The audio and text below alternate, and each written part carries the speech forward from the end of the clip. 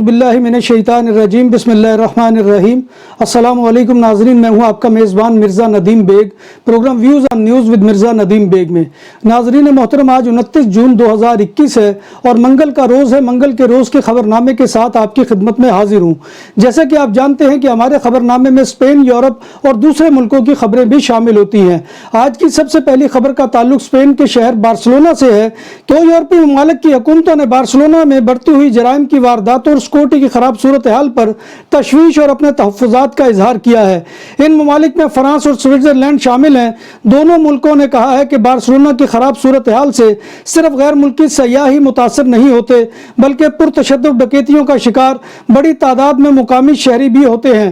یہاں یہ امر قابل ذکر ہے کہ فرانسیسی وزارت خارجہ کی ویب سائٹ میں بارسلونا کا واضح طور پر کرائم سیکشن میں ذکر ہے اور حالیہ مہینوں میں بارسلونا میں جرائم پیشہ ورانہ کارروائیوں میں نمایاں اضافہ ہوا ہے۔ سوئس وزارت خارجہ نے دو بڑے شہروں میڈرڈ اور بارسلونا کے خطرناک ہونے کے بارے میں اپنے شہریوں کو خبردار کرتے ہوئے کہا ہے کہ میڈرڈ شہر کا پلاسا دل سول اور پلاسا دل مایور میں جیب تراشی اور پرتشدد کارروائیاں معمول ہیں۔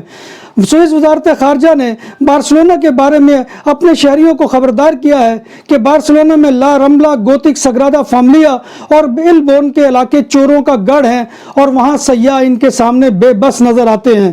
اسپین کی نیشنل پولیس نے بارسلونا میں ایک جرائم پیشہ گروہ کا خاتمہ کر دیا جو کتالونیا میں مقیم غیر ملکیوں کے لیے پیپر میرج کا انتظام کراتا تھا، اور اس گروہ نے کم از کم 700 پیپر میرج کرانے کا بندوبست کیا تھا، اور یہ گروہ فی پیپر میرج کے 6,000 سے لے کر 8,000 یورو وصول کرتا تھا، اور اس ضمن پر پولیس نے 8 افراد کو گرفتار کر لیا ہے جن سے نقد 80,000 یورو کی رقم بھی برآمد ہوئی ہے۔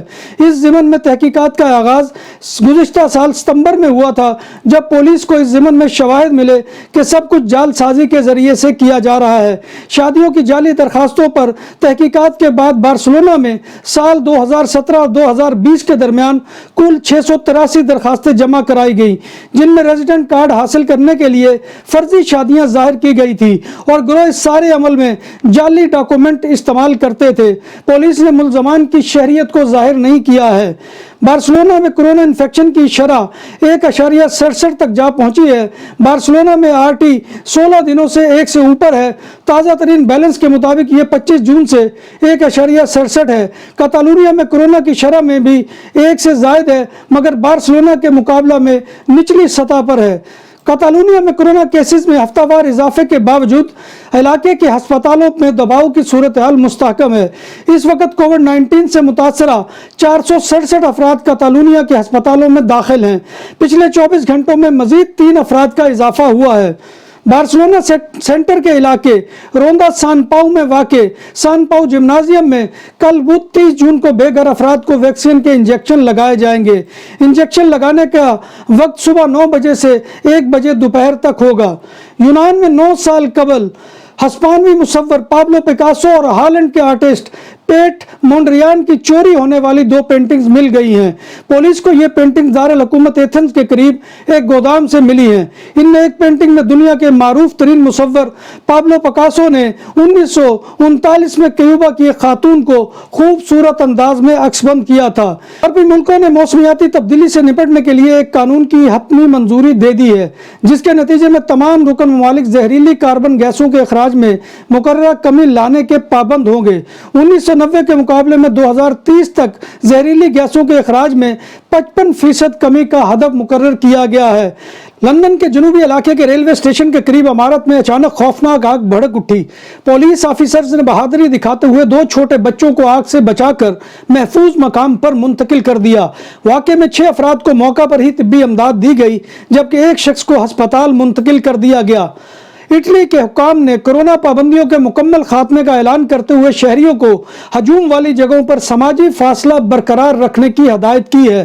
چین کے بعد کرونا وائرس سے سب سے زیادہ متاثر ہونے والا یورپی ملک اٹلی تھا جہاں گزشتہ کئی ماہ سے کرونا لاک ڈاؤن جاری تھا۔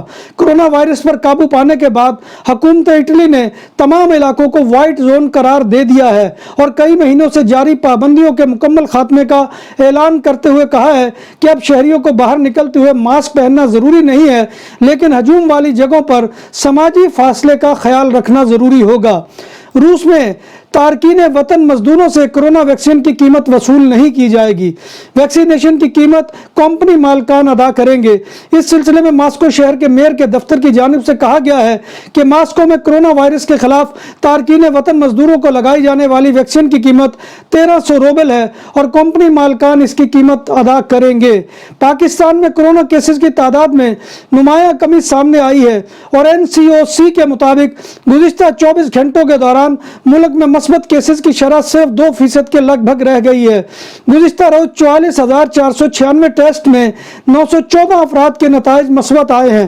کرونا کی صورتحال بہتر ہونے کے باعث برطانیہ، یورپ، کینیڈا، چین اور ملیشیا میں پروازیں بڑھانے کا فیصلہ کیا گیا ہے۔ پروازوں کی تعداد 20% تک بڑھائی جا رہی ہے۔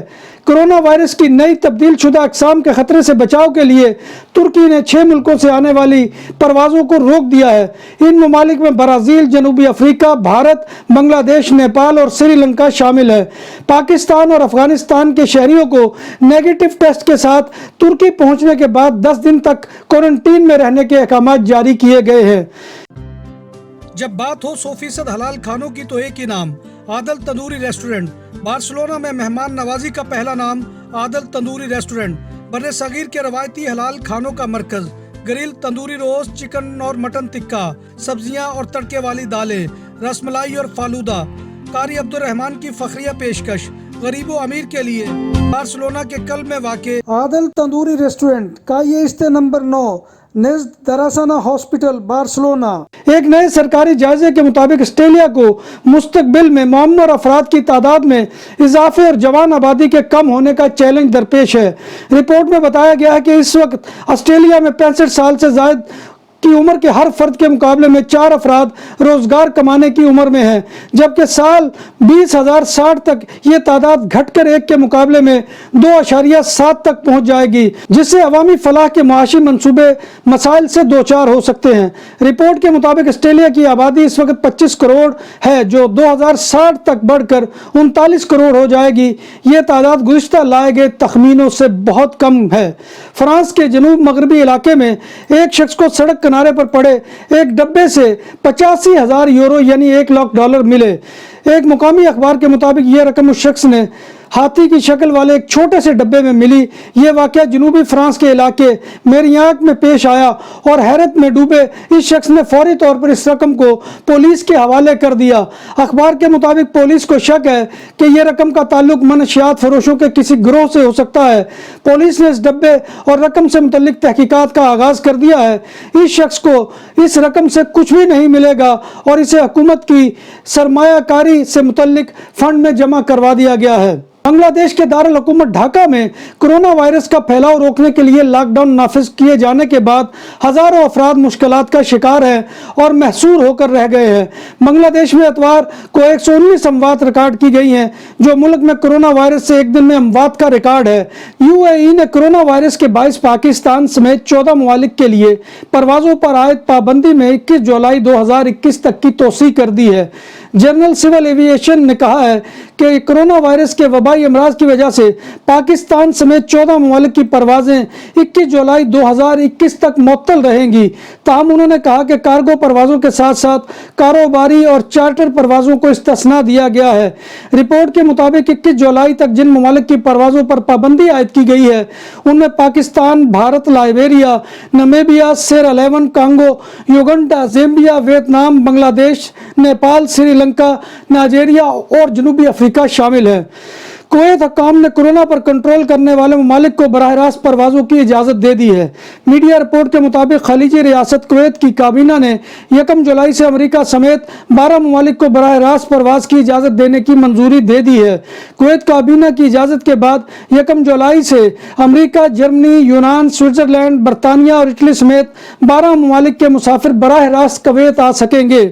کویت میں حکام نے ایک ایسے شخص کو گرفتار کر لیا ہے جو سوشل میڈیا پر پوسٹ کی گئی ویڈیو میں شدید گرمی پر لان تان کرتے ہوئے دیکھا گیا اور اس نے کہا کہ اے گرمی تیرا ککھ نہ روے۔ کویت میں اس برس اب تک درجہ حرارت 50 ڈگری سینٹی گریڈ تک ریکارڈ کیا گیا ہے۔ کویت کی وزارت داخلہ نے کہا ہے کہ اس غیر مہذب ویڈیو پر اس شخص کے خلاف قانونی کارروائی ہوگی۔ گرفتار شخص مصری ہے اور اسے سزا کے بعد اس کے ملک ڈپورٹ کر دیا جائے گا۔ ناظرین، ناظرین محترم، یہ تھا آج کا پروگرام جو میں آپ کی خدمت میں لے کر حاضر ہوا تھا۔ امید ہے کہ آپ کو ہمارا یہ سیگمنٹ پسند آئے گا۔ آپ سے گزارش یہی ہے کہ آپ ہمارے چینل BBC اپڈیٹ TV کو سبسکرائب کریں اور دوستوں کو بھی اس کے لیے آمادہ کریں، اور اگر پروگرام پسند آئے تو اس کو فیس بک اور واٹس ایپ میں اپنے دوستوں کے ساتھ شیئر کریں، اور کمنٹ باکس میں آ کر کمنٹ کرنا مت بھولیے، کیونکہ آپ کا کمنٹ کرنا ہماری عزت افزائی اور حوصلہ افزائی کا سب سے بڑا ذریعہ ہوتا ہے۔ اللہ تبارک و تعالیٰ کے حضور دعا ہے کہ وہ ہمیں ایمان اور صحت کی سلامتی کے ساتھ زندہ رکھے اور ہمارا خاتمہ ایمان کے اوپر کرے، اور روز محشر نبی کائنات صلی اللہ علیہ وسلم کی زیارت اور شفاعت نصیب فرمائے۔ اور اس وقت دنیا میں جو کرونا کی وبا پھیلی ہوئی ہے، اللہ تبارک و تعالیٰ اس سے پوری دنیا کو نجات دے، آمین یا رب العالمین۔ ناظرین محترم، اسی دعا کے ساتھ اپنے میزبان مرزا ندیم بیگ کو کل تک کے لیے اجازت دیجیے۔ انشاءاللہ کل نئی خبروں اور نئی رپورٹس کے ساتھ آپ کی خدمت میں دوبارہ حاضری ہوگی۔ تب تک اللہ حافظ۔